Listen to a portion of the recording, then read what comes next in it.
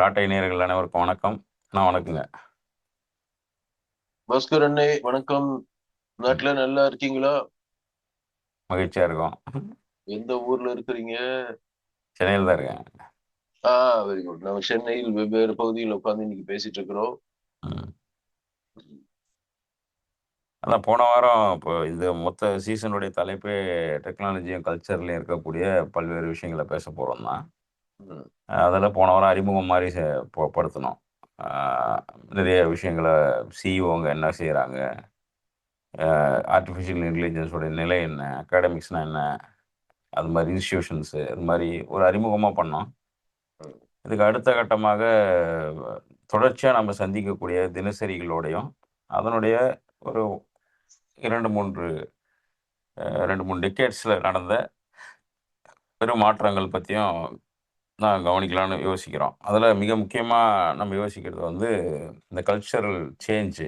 இதில் வந்து மீடியாவின் பங்கு. மீடியான்னு நான் இங்கே மென்ஷன் பண்ணுறது television, visual medium, social media, இது எல்லாம் இன்க்ளூடிங் ஸ்டோரி டெல்லிங் எல்லாம் தான்.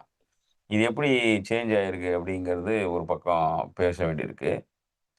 2வது இது மனிதனுடைய வாழ்க்கையில இருக்கக்கூடிய தினசரிகளை எப்படி மாத்துது? இந்த கன்சம்ப்ஷன் விஷுவலோ any kind of media consumption வந்து தினசரிகள அவன் உடல், மனதை எப்படி பாதிக்குதுன்னு பார்க்கணும். இதற்கு பின்னாடி இருக்கக்கூடிய நிறுவனங்கள் இன்னைக்கு என்னவா இருக்கு? மீடியாவுடைய ஏன்னா அது ட்ரில்லியன் டாலர் எக்கனாமியா இருக்கு. மீடியாவும், மீடியா சுத்தி இருக்கக்கூடிய அ என்ன சொல்றது? துணை தொழில்கள்னு சொல்லுவோம் இல்லையா? ஃபுட்டு, அப்புறம் டிரான்ஸ்போர்ட்டு, ராயல்டி சம்பந்தமானது. அது மாரி ஏகப்பட்டது இருக்கு அதுக்குள்ள. அதெல்லாம் சேர்த்து பார்க்க போறோம். அதனால அ போன எபிசோடுடைய தொடர்ச்சியாக இருந்தாலும், இது வந்து ஒரு சோசியல் கன்ஸ்ட்ரக்ஷன் சம்பந்தமானது தான். சமூக கட்டமைப்பில் இந்த தொழில்நுட்பத்தின் பங்கு என்ன? அப்படிங்கிறது தான் இந்த எல்லாத்தையும் தொட்டு பேசும்போது வரும்னு நெனைக்கிறேன். அப்ப நம்ம யூசுவலா டைட்டில் வச்சு பேசுற பழக்கமே குறைஞ்சு போச்சு. இப்போ பேசிட்டு தான் டைட்டில் வைக்கிறோம். அதனால இந்த எபிசோடுடைய இறுதியில தான் டைட்டில் முடிவாகும்னு நெனைக்கிறேன். அதனால மீடியாவுடைய இப்ப நீங்க பார்த்திருப்பீங்க 80ஸ்ல இருந்து மீடியாங்கிறது விஷுவல் மீடியத்த பார்த்திருப்பீங்க. அது இன்னைக்கு 40 வருஷத்துக்கு கழிச்சு என்னவா ஆயிருக்கு அப்படிங்கிறதுலயும் நமக்கு என்ன சொல்றது? ஒரு தெளிவில்லாத ஒரு நிலை இருக்கு. இது குழந்தைகளுடைய வாழ்க்கை மட்டும் இல்லாம, மத்த ஜெனரேஷன் வந்து இப்போ நெறைய மீடியா அவசியமா?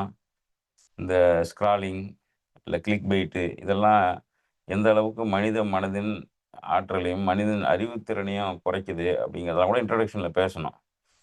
எப்படி டைவர்சிட்டிய குறைக்குதுன்னுலாம் பேசணும். அந்த இடத்துல பார்க்கும்போது, இந்த மீடியா மனிதனுடைய ஆங்சைட்டி, டிப்ரஷன் இதெல்லாம் எப்படி அதிகரிக்குதுன்னு நீங்க ஒரு ஓவர்வியூ ஒரு 20, 30 வருஷத்துக்கான ஒரு ஓவர்வியூ பார்த்துருப்பீங்க இல்லையா? அத நீங்க பகிர்ந்துக்கிட்டீங்கன்னா அப்படியே தொடர்ச்சியா போலாம். நான் முதல்ல தொலைக்காட்சி பார்த்ததுன்றது வந்து ஆஹ், எங்க வீட்டுல டிவி கிடையாது அப்போ. நண்பர்கள் வீட்டுக்கு போய் பார்த்ததுன்றது வந்து இதுக்குதான், கிரிக்கெட்டுக்கு தான். கிரிக்கெட் லைவ் கமெண்ட்ரி வரும். இந்தியா 1983 முதல் முறையாக உலக கோப்பை வின் பண்ணுச்சு. ம். அந்த உலக கோப்பை வின் பண்ணும்போது நாங்க வந்து பக்கத்து வீட்டுல, தெரிஞ்சவங்க வீட்டுல, யார் வீட்டுல டிவி இருக்கோ அவங்க வீட்டுல போய் உட்காந்துன்னு பார்ப்போம். ம்.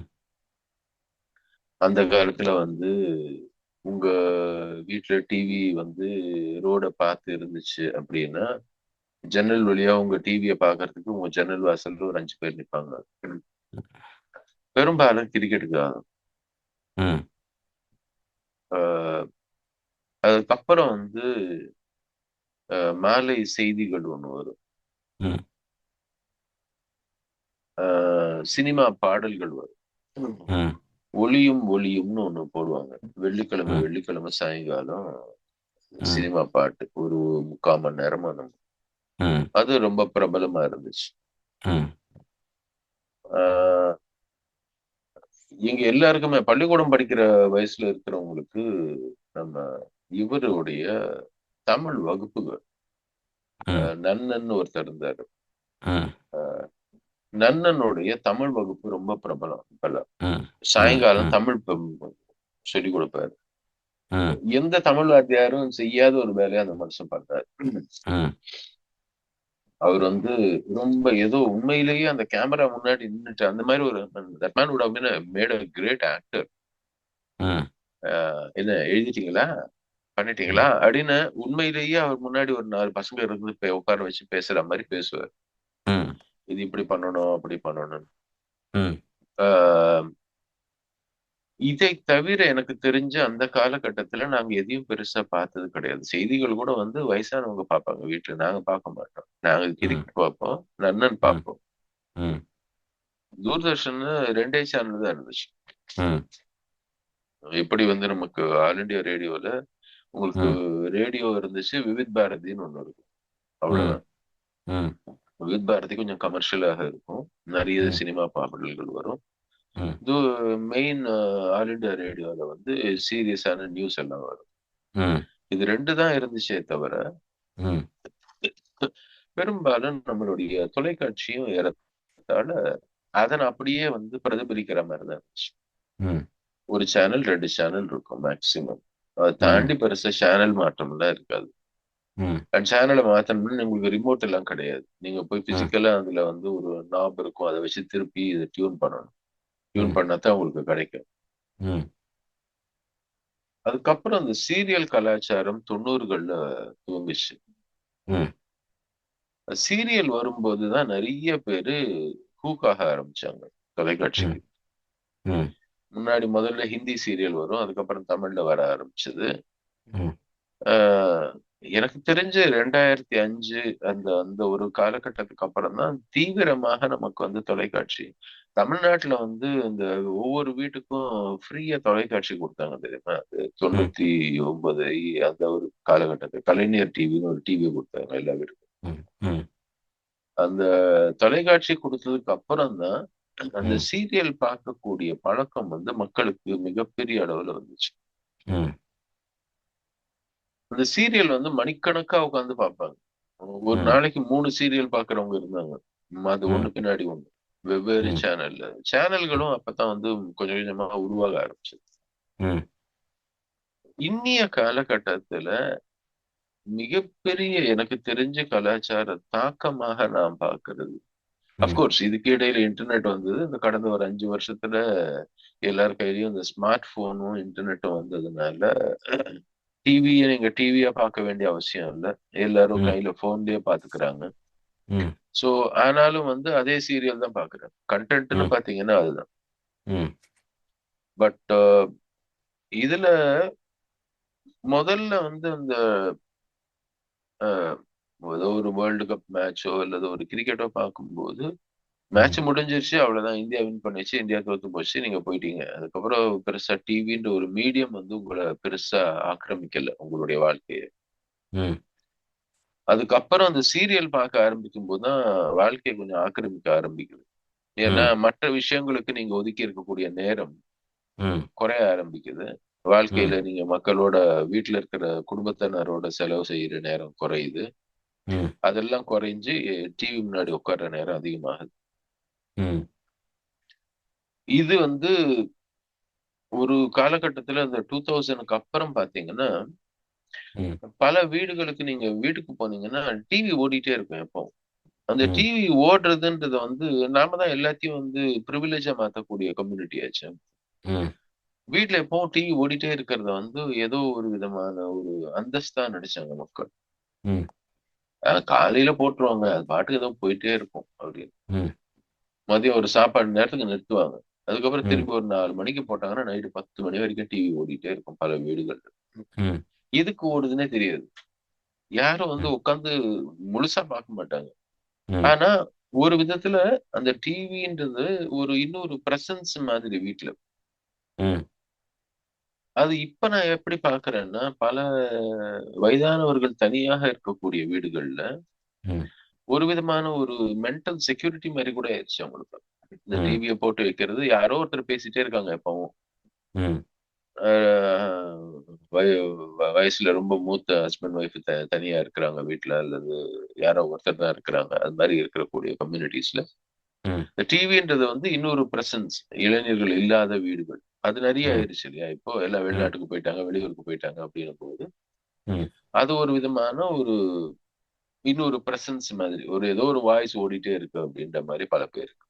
ம், but fundamentally what it is created is, இதுக்கு ம், இடையில அது என்னத்தை உருவாக்கி இருக்குதுன்னா ஒரு விதமான ஒரு ஆங்ஸைட்டியை கொடுத்துருக்கு நம்ம எல்லாருக்கும்.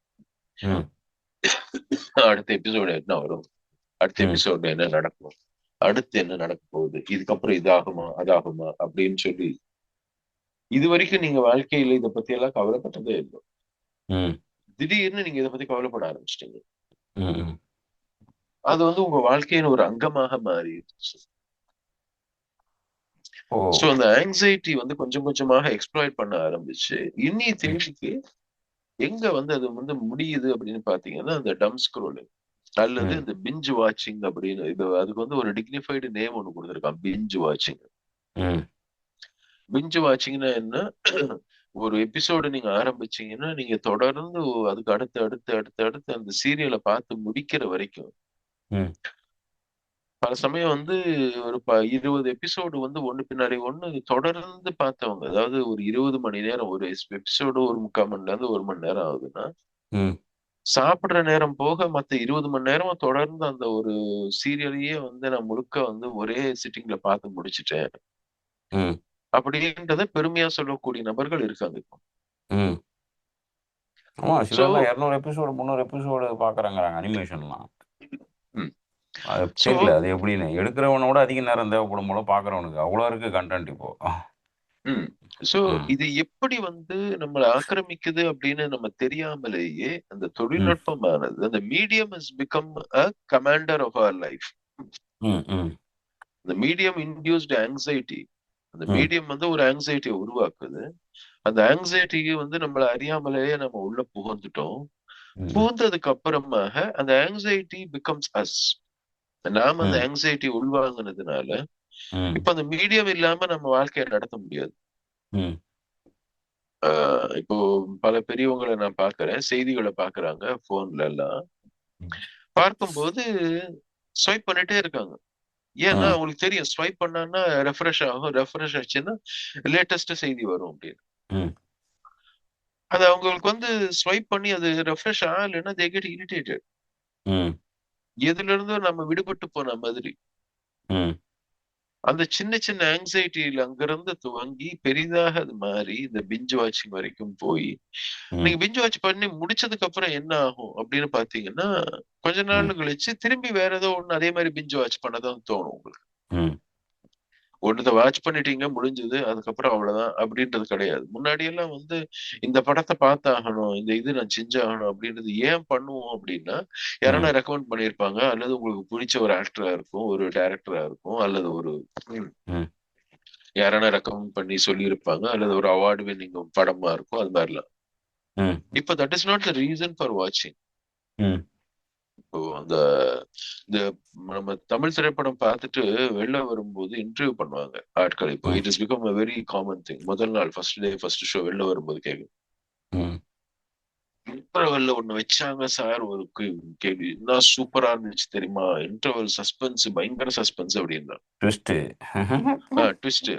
இந்த இன்டர்வலுக்கு முன்னாடி ஒரு ட்விஸ்ட். அவன் ஏன் அது பண்றான்னா இன்டர்வலுக்கு அப்புறம் நீங்க திரும்பி பாப்கார்ன் வாங்கிட்டு திரும்பி உள்ள வரணும். நீங்க போர் ம், அடிக்காத மாதிரி இன்டர்வியூ வச்சுட்டாங்கன்னா நீங்க திரும்பி வராம அப்படியே போயிட்டீங்கன்னா, ம், அல்லது நீங்க போன் எடுத்து நீங்க வேற எதானே பார்க்க ஆரம்பிச்சிட்டீங்கன்னா, ம், அதனால இப்போ வந்து ஒரு கட்டாயத்துல அவங்களும் வந்துட்டாங்க. அதனால ம், அவங்களும் வந்து அது மாதிரி எதனா ஒண்ணு வைக்கணும்னு பாக்குறாங்க.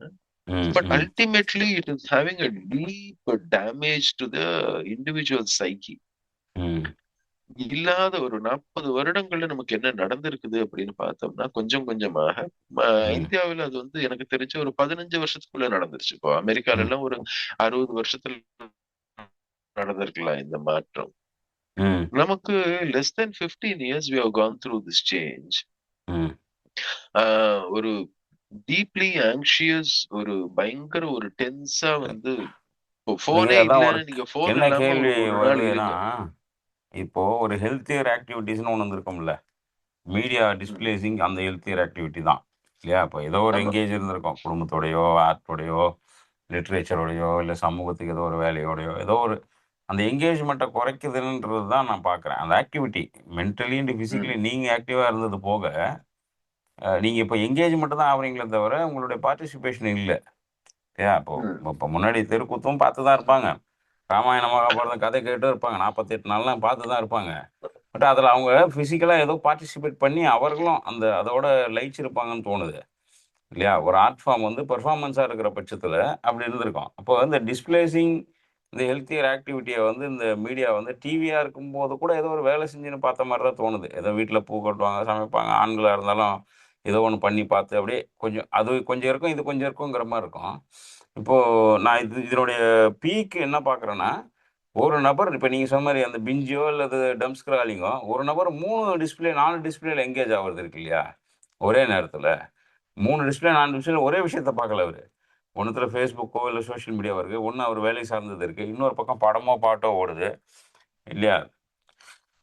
இப்படி இப்படி இருக்கிற பட்சத்துல மனிதனுடைய அறிவு சார்ந்து இந்த காக்னிஷனும் இந்த இப்போ இப்போ ஷூ அடிக்கடி இப்போ எழுதுறதுலயும் அப்படித்தானே எழுதுறாரு. மனிதனுடைய சிந்தனை போக்கும் மாறி, அவன் பேச்சுமே மாறிடுச்சோ!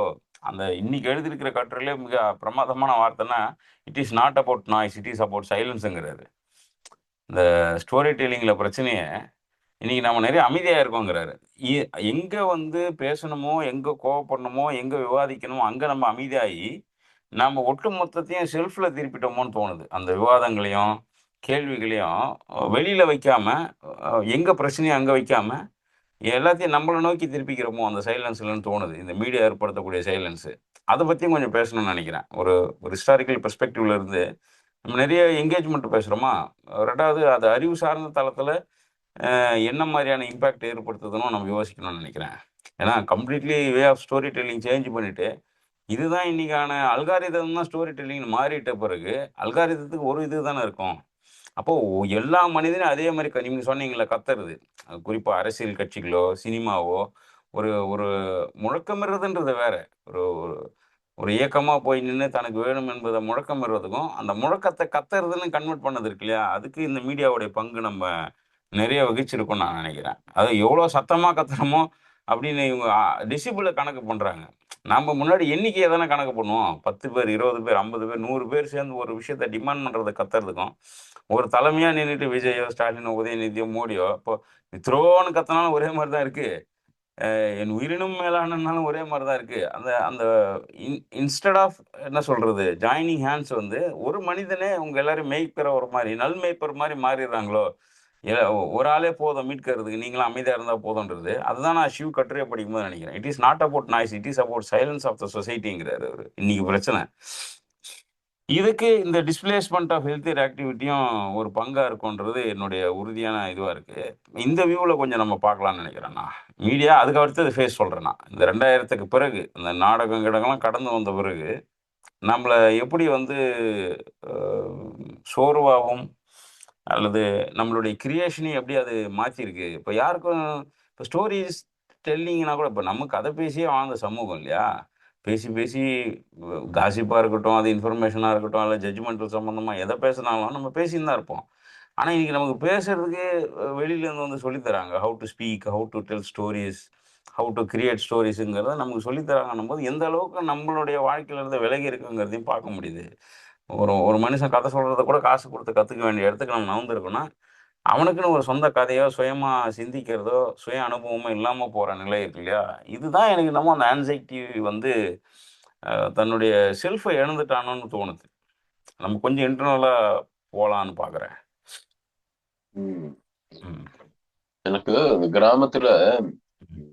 நாங்க இப்போ பண்ண இருக்க அந்த கிராமத்திலேயே பார்த்தோன்னா ம். சவுண்ட் சிஸ்டம் வந்ததுக்கு அப்புறமா ம். உள்ளூர்ல ம். இருக்கக்கூடிய அந்த பாட்டு பாடுறவங்க ம். அல்லது அங்க இருக்க மாலை வாசிக்கிறவங்க பறை வாசிக்கிறவங்க ம். அவங்களோட தேவை குறைஞ்சிருச்சு. ம். அதாவது உள்ளூர் திருவிழால என்ன ஆகும், கோயில்ல வந்து நீங்க உள்ளூர்ல இருக்கக்கூடிய ஆர்டிஸ்ட் தான் வாசிப்பாங்க சின்ன சின்ன திருவிழாக்கள் இது வரும்போது. ம். முதல்ல அந்த சவுண்ட் சிஸ்டம் வந்துச்சு. ம். வந்ததுக்கு அப்புறம் இது குறைய ஆரம்பிச்சு. ம். அதுக்கப்புறம் என்ன ஆச்சு, டிவி வந்துச்சு. ம். டிஸ்பிளே வந்ததுக்கு அப்புறமா என்ன ஆச்சு, கூத்து கட்டுறவங்களுடைய தேவை குறைஞ்சிருச்சு. ம். உள்ளூர்லயே கூத்து கட்டுவாங்க. ம் உள்ளூர்லயே இருக்கக்கூடியவர்கள் வந்து ம் நம்ம ஊர்ல நாடகம் கூத்து எல்லாம் வந்து உள்ளூர்லயே ஒரு ஆசான் ஒருத்தர் இருப்பாரு. அவருக்கு கீழே அது ம் பண்ணுவாங்க. ம் கூத்து கட்டுறது இல்லை. ம் அவங்களுடைய எங்க பண்ணைக்கு பின்னாடி ஒருத்தர் இருப்பாரு. இப்ப அவர் இல்ல. ம் பட் அவர் சொல்லுவாரு, அவர் தான் ஆசான் அங்க. ம் எல்லாருக்கும் வந்து இந்த மேளம் வாசிக்கிறதுக்கு சொல்லி கொடுக்கறதுல இருந்து கூத்து கட்டுறதுல இருந்து எல்லாத்தையும் அவர் தான் சொல்லி கொடுப்பாரு. ம் அவர் சொல்லுவாரு, இப்ப வந்து எல்லாருக்கும் டிவி வந்துருச்சு. ம் கூத்து பாக்குறதுக்கு நேரம் இல்லை யாருக்கும். வீட்லயே டிவி வந்துருச்சு. ம் அது மாத்திரம் அதுக்கப்புறம் என்ன ஆகுதுன்னா, ம் இப்பவும் கூத்து நடத்தணும் அப்படின்ற ஒரு கட்டாயம் வரும்போது, இப்ப அவங்களுக்குள்ள உட்கார்ந்து பேசும்போது என்ன பண்றாங்க, ம் உள்ளூர்ல இருக்கக்கூடிய ஆளு இப்ப கேட்கல அவங்க. ம் அவங்க டிவி பாக்குறாங்க இல்லையா? இப்ப யூடியூப் பாக்குறாங்க. ம் அதுல வந்து இந்த ஊர்க்காரர் கூத்துல பெருசா பண்ணிருக்காரு, அந்த ஊர்க்காரர் பண்றாருன்னு வருது இல்லையா? ம் இப்போ அத பார்த்துட்டு யாரு வந்து கூத்திலேயே பிரபலமா இருக்கிறாங்களோ, அவங்களுக்கு ம் அதிக செலவு பண்ணியாவது ஒரு ம் நாளைக்கு அவங்கள கூப்பிட்டுணும் நம்ம ஊர்ல வந்து அவங்க கூத்து கட்டி ஆகணும். ம் இதுல என்ன ஆகுதுன்னா, உள்ளூர்ல இருக்கக்கூடிய ஒரு திறன் அழிஞ்சு போகுது. ம் உள்ளூர்ல இதற்கான பேட்டர்னைசிங், அதாவது இந்த மாதிரி திறனை வளர்க்கறதுக்காக நீங்க அவங்களுக்கு வாய்ப்பு கொடுத்துட்டு இருந்ததுனாலதான் அந்த ஒரு ஒரு ஆசானோ அல்லது அவரை சுத்தி இருக்கக்கூடிய சில பேரோ வந்து வாழ்க்கையை நடத்த முடிஞ்சுச்சு. ம் அந்த பேட்டர்னிசம் முடிஞ்சு போச்சு. அதை வந்து ம் ஒரு ஆஹ், ஆஹ், அதுக்கு சப்போர்ட் பண்ற ஒரு சிஸ்டம் அழிஞ்சு போகுது. ம் மூன்றாவது ம் ரிலேஷன்ஷிப். ஏன்னா உள்ளூர்ல இருக்கக்கூடியவர்கள் ஒரு விஷயத்தை பத்தி பேசும்போது, ஒரு கூத்தை பத்தி பேசும்போது அல்லது ஒரு விஷயத்தை நாடகமாக்கும் போது உள்ளூர் ம் விஷயங்களை நிறைய எடுத்துட்டு வருவாங்க. ம் உள்ளூர் சாமி வரும், உள்ளூர் பழைய குடும்பங்களுடைய பிரச்சனைகள் வரும். அது மாதிரி நிறைய விஷயங்களை வந்து அவங்க உள்ள அதுல புகுத்துறதுக்கான வாய்ப்புகள் இருந்துச்சு. ஏன்னா அந்த ம் கான்டெக்ட்க்கு ஏத்த மாதிரி அவங்க ஸ்கிரிப்ட் மாத்துவாங்க. ம் இப்ப நீங்க எங்க இருந்தோ ஒரு ஆளை கூட்டிட்டு வந்து பிரபலமா இருக்கிறாருன்னு கூப்பிட்டு வந்து அவரை வந்து பண்ண சொல்லும் போது ம் அவருக்கு உங்க ஊரை பத்தி தெரியாது. ம் ம் அவரு எங்க இருந்து வர்றாரோ அந்த ம் ஸ்கிரிப்ட தான் எடுத்துட்டு வருவார். ம் சோ ஒரு இந்த டெக்னாலஜியோட இன்டர்வென்ஷன் எங்க போய் முடியுதுன்னா ம் ஸ்டாண்டர்டைஸ்டு கல்ச்சர்ல போய் முடியுது. ம் ஏன்னா நாம வந்து அந்த கூத்து தேவைன்னு முடிவு பண்ணும்போது கூட ம் நாம வந்து உள்ளூர்காரனோட வேல்யூவை மறந்துட்டு ம் யார் வந்து இருக்கிறதுலயே பிரபலமானவர்களோ அவங்கள இது வந்து ரெண்டாவது என்னன்னா இதுல இருந்து பணம் வெளில போகுது. ம் உள்ளூர்லயே இருக்கக்கூடிய அந்த புழங்கக்கூடிய அந்த பணமா வந்து நீங்க உள்ளூர்ல இருக்கக்கூடிய ஒரு கூத்துக்கட்டவரோ அல்லது உள்ளூர்ல இருக்கக்கூடிய ஒரு ம் ஆர்டிஸ்டுக்கோ நீங்க வந்து கூப்பிட்டு பண்ணீங்கன்னா ம் அதுல வந்து அந்த பணப்புழக்கம் உள்ளூர்லயே நடக்கும். ம் அவர் திரும்பி அங்கேயே தான் செலவு பண்ணுவாரு. ம் இப்ப நீங்க என்ன பண்றீங்க, வெளியூர்ல இருந்து ஒருத்தரை கூப்பிட்டு வர்றீங்க, இதுக்கு நிறைய செலவு பண்ண வேண்டியிருக்கும், ஒவ்வொரு குடும்பமும் நிறைய காசு போட வேண்டியிருக்கும். ம் எல்லாம் எதுக்குன்னா அந்த ஒரு அவர் வந்துட்டு அவர் பாட்டுக்கு அவருடைய கூத்து கட்டிட்டு அவர் திரும்பி போயிடுவாரு. ம் ஆனா அந்த செட் வரும்போது அவங்களோட நீங்க ஒரு போட்டோ எடுத்துக்கலாம், அவ்வளவுதான். ம் ம் அவங்களோட ஒரு போட்டோ எடுத்து நீங்க வந்து போட்டுக்கிறதுக்கு இதுக்குதான் வந்து உங்களுக்கு ஒரு பெரிய விஷயம். ம் இதுக்கு மக்கள் தயாராயிட்டாங்க. Hmm so it's not just so சைக்கலாஜிக்கலா ஒரு பக்கம், ம் சோசியலா வந்து என்ன ஆகுதுன்னா from local hmm talent and local relationship based ஒரு சொசைட்டில இருந்து ம் ம் வி பிகம் ஸ்டாண்டர்டைஸ்டு யூனிவர்சலைஸ்டு ம் கல்ச்சர் உள்ள வர்றதுக்கான ஒரு வாய்ப்பாக ஏற்படுத்துறது. ம் அண்ட் ம் இது வந்து தொழில்நுட்பத்தினாலதான் நடக்குது. ம் இந்த உள்ளூர்ல அழிஞ்சு போய் அந்த டேலண்ட் வெளியூர்ல இருந்து எங்க இருந்தோ வந்து அதை வந்து பெருசுபடுத்தி அதை ம் மிகைப்படுத்தி அவங்க வந்து டேலண்ட் இந்த அளவுக்கு இருக்குமானும் தெரியல. பல நேரங்கள்ல டேலண்ட் இல்லாம இருக்கலாம். ம் நீங்க யூடியூப்ல பாக்குறது வந்து அவங்க நல்லா நீட்டா எடிட் பண்ண தெரிஞ்ச ஒரு எடிட்டர் இருந்துச்சுன்னா கூட போதும். அது ம் டேலண்ட்னு அவசியம் இல்லை.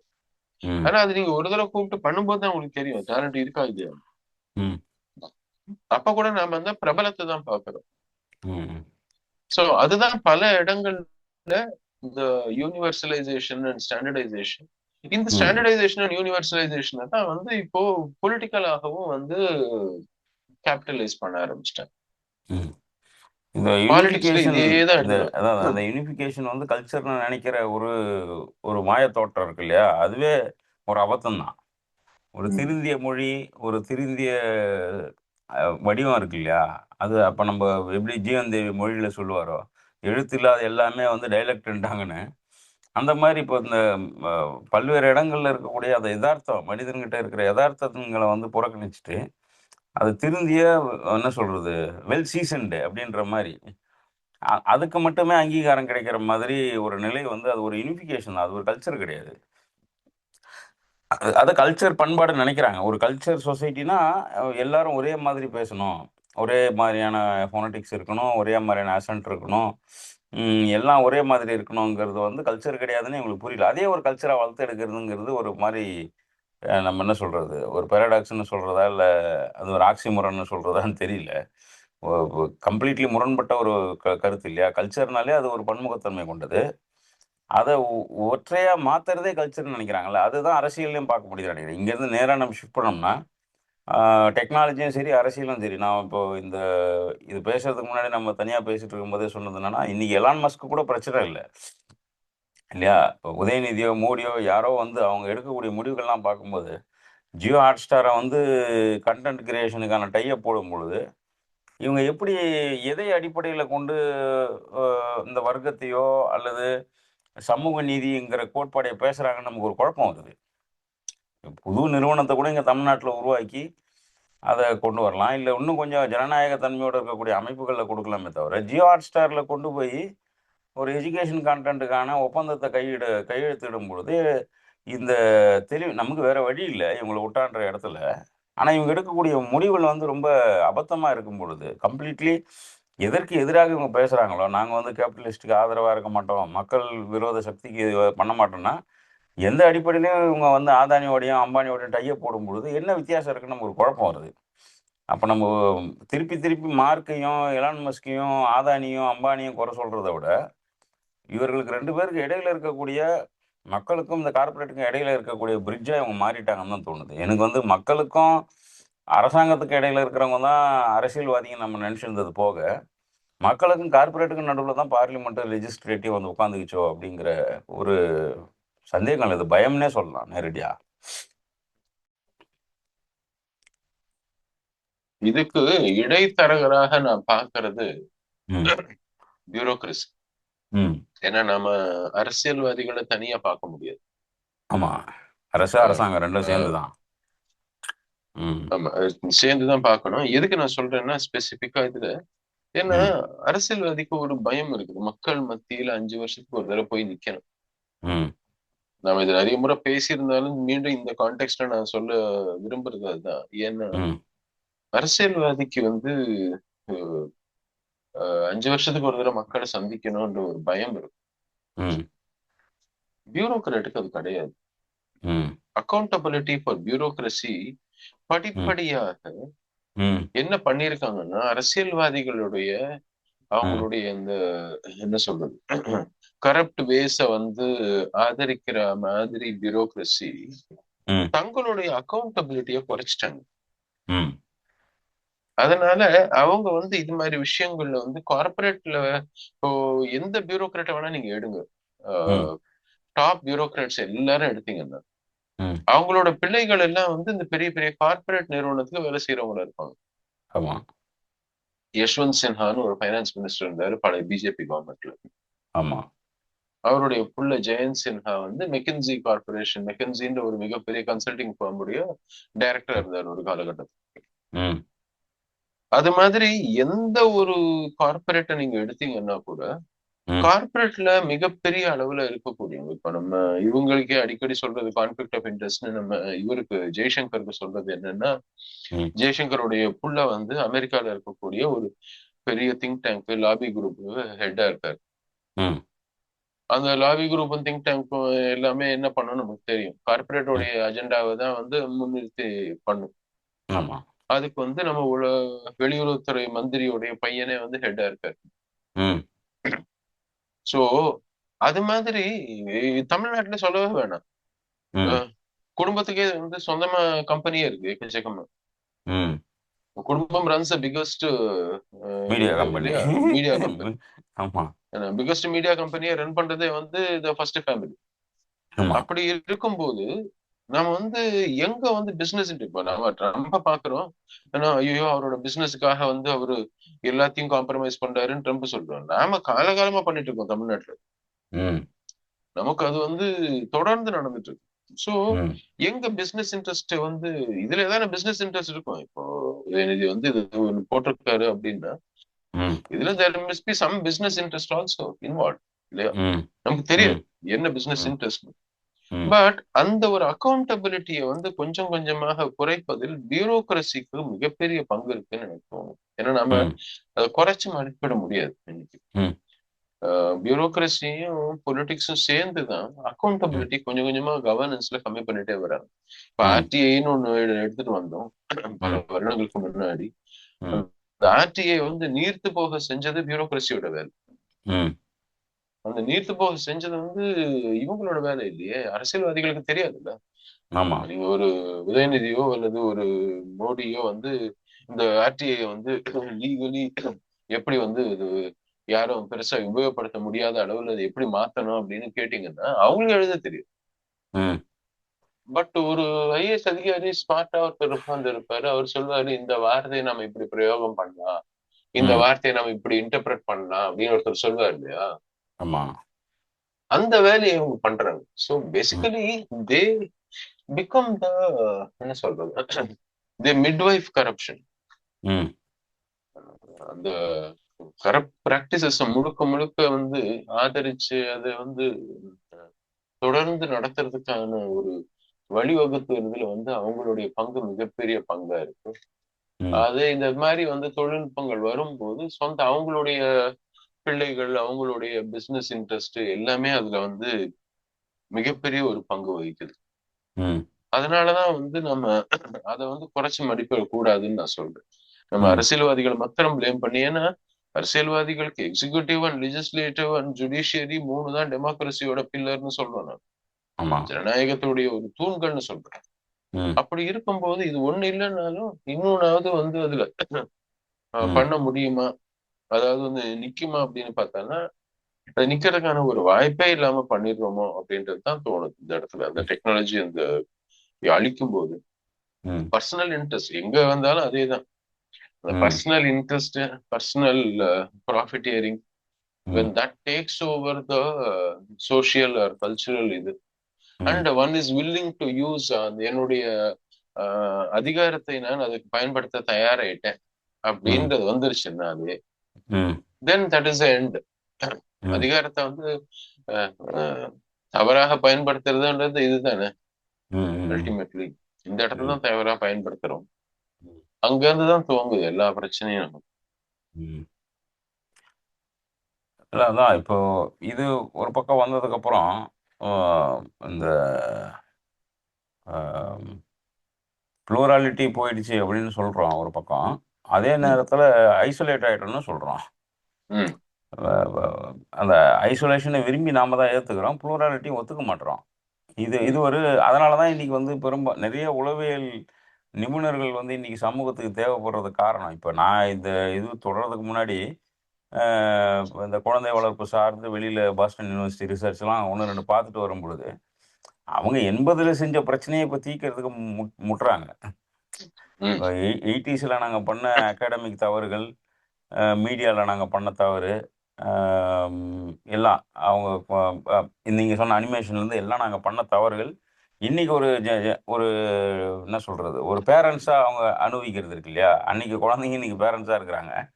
அவங்க அனுபவிக்கிற விஷயங்களை பற்றி நாங்கள் பண்ண தவறுன்னு ஆய்வாளர்கள் வந்து பேசிகிட்டு இருக்கிறாங்க. நமக்கு வந்து 80லேருந்து பார்த்தா அவ்வளோ பெரிய என்னதான் சில இடங்களில் டிவி இருந்தாலும் அது அது அவ்வளோ பரவலாக இல்லை. அமெரிக்காவில் இருந்த அளவுக்கு இங்கே வந்து மீடியாவுடைய வளர்ச்சி கிடையாதுன்னு நினைக்கிறேன். இப்போ நாம் இப்போ உருவாக்குற பிரச்சனைக்கு ஒரு 20 வருஷம் கழிச்சு நம்ம அதுக்கான ரெக்ரெட்டு கில்ட்டெல்லாம் பார்த்து திருத்திக்க முடியுமானா தெரில. 80ல் செஞ்ச பிரச்சனையாவது இப்போ திருத்திக்கிறதுக்கு வாய்ப்பு இருக்கு. ஆனால் அன்றைக்கி அந்த அழிவு என்பது பெரிய நேரத்தை எடுத்துக்கிச்சு. இன்னைக்கு இருக்கக்கூடிய சிக்கல் வந்து பெரிய நேரத்தை எடுத்துக்க மாட்டுது. சிக்கல் எல்லாமே சன நேரம்ன்றாங்களே அது மாதிரி மொமெண்ட்ரியா இருக்கு. ரொம்ப வேகமாக டிசாஸ்டர் நோக்கி நகர்றதுனால இதை வந்து இர்ரீப்ளேசபிள் ஆர் இர்ரிவோக்கபிள்னு நம்ம எப்படி என்விரான்மெண்ட்டில் சொல்கிறப்போ, அதே மாதிரி மனிதனுடைய அறிவிலையும் அவனுடைய சிந்தனையிலையும் நிம்மதியிலையும் போக முடியாமல் போச்சுன்னா, ஒரு நோய்முற்ற ஒரு சமூகம் தொடர்ச்சியாக எப்படி உடலுக்கு இன்னைக்கு வந்து மருத்துவத்துக்கு கையை நிற்கிறோமோ, போய் கை கட்டி நிற்கிறோமோ, அதே மாதிரி மனதின் ஆரோக்கியம்ன்றதும் ஒரு பார்ட் ஆஃப் இதுவாகிடும்னு நினைக்கிறேன். ஒரு என்ன சொல்கிறது, அடிப்படை உணவு உடை மாதிரி என்ன சொல்கிறது, மன நிம்மதி என்பதும் அது மாதிரி ஒரு அஃபோர்டபுள் விஷயமா மாறி நிற்கும். அது குழந்தைங்க பெரியவங்க யாரும் வயசு வித்தியாசம் இல்லாமல் மாறிடுங்கிறதையும் நம்ம கவனிக்கணும்னு நினைக்கிறேன். இன்னைக்கு அதெல்லாம் கவனிக்காமல் வேலை செஞ்சு தான் இன்னைக்கு நடக்கிறது நாளைக்கு வரதை பார்த்துக்கலாம்னு நினைக்கும் பொழுது அதை போய் மாற்ற முடியாதுல்ல. இப்போ நம்ம இதில் மேட்ரிக்ஸ் படமா இல்லை லூசியா டைமை வேகமாக ஓட்ட விட்டு பின்னாடி போய் பார்த்துட்டு வர்றதுக்கு கிடையாது. வந்த இழப்புகளை வந்து கலெக்டிவாக தான் எதிர்கொள்ள வேண்டியிருக்கும். அது சூழலுக்கும் பொருந்தது, அதே மாதிரி இந்த வேகமாக வளர்ந்து வரக்கூடிய டெக்னாலஜிக்கும் பொருந்ததுன்னு நான் நினைக்கிறேன். ஏன்னா ஏஐனால் வரக்கூடிய பெரும்பாலான அபத்தங்களை வந்து கவனிக்கும் பொழுது நல்லாவே தெரியுது. இந்த என்ன சொல்கிறது, அதை மீட்க முடியுமான்னு தெரியல. இப்போ சமீப காலமாகவே டிக்கெட்ஸில் இருந்து தான் வாங்கக்கூடிய பொருளை ஃபேக் பண்ணி அதை வந்து ரீக்ளைம் பண்ணுறதுலேருந்து இது ரொம்ப அதிகரிச்சுக்கிட்டே வர்றதுனால எதிர்வரும் காலங்கள் இர்ரீப்ளேசபிளாவோ சீராக்கக்கூடியதாவோ இருக்குங்கிறது தெரியல. அதனால் கொஞ்சம் கவனமாக கையாண்டா பிரச்சனைகள்லேருந்து தப்பிச்சிக்கலாம். பிரச்சனை வந்த பிறகு பார்த்துப்போம் அப்படிங்கிற சொல்லி இனிமேல் சொல்ல முடியுமான்னு தெரியல. வர பிரச்சனைகள் எதுவுமே தீர்க்கக்கூடிய பிரச்சனைகளாக வரல. எல்லாமே ஒரு வழிப்பாதை மாதிரி போய் முற்றோன்னு தான் தோணுது. அதனால் தொடர்ச்சியாக சிந்திக்க வேண்டிய அவசியம் நமக்கு இருக்குது. குறிப்பாக பொதுத்தளத்தில் இருக்கிறவங்க, கல்வியில் நிறுவனங்களை கட்டமைக்கிறவங்க, ஆல்ரெடி நிறுவனத்தில் இருக்கிறவங்க, அரசியல் இயக்கத்தில் இருக்கிறவங்களாம் இன்னும் கொஞ்சம் இந்த தொழில்நுட்பத்தையும் இந்த கலாச்சார மோதல்கள்னே சொல்லலாம், இதையும் நம்ம கொஞ்சம் பார்த்துக்கலாம்னு நினைக்கிறேன். இந்த சமூக கட்டமைப்பில் மிக முக்கியமான பங்கை வந்து செய்ய வேண்டிய காலமாக பார்க்குறேன். பார்ப்போம். நன்றி.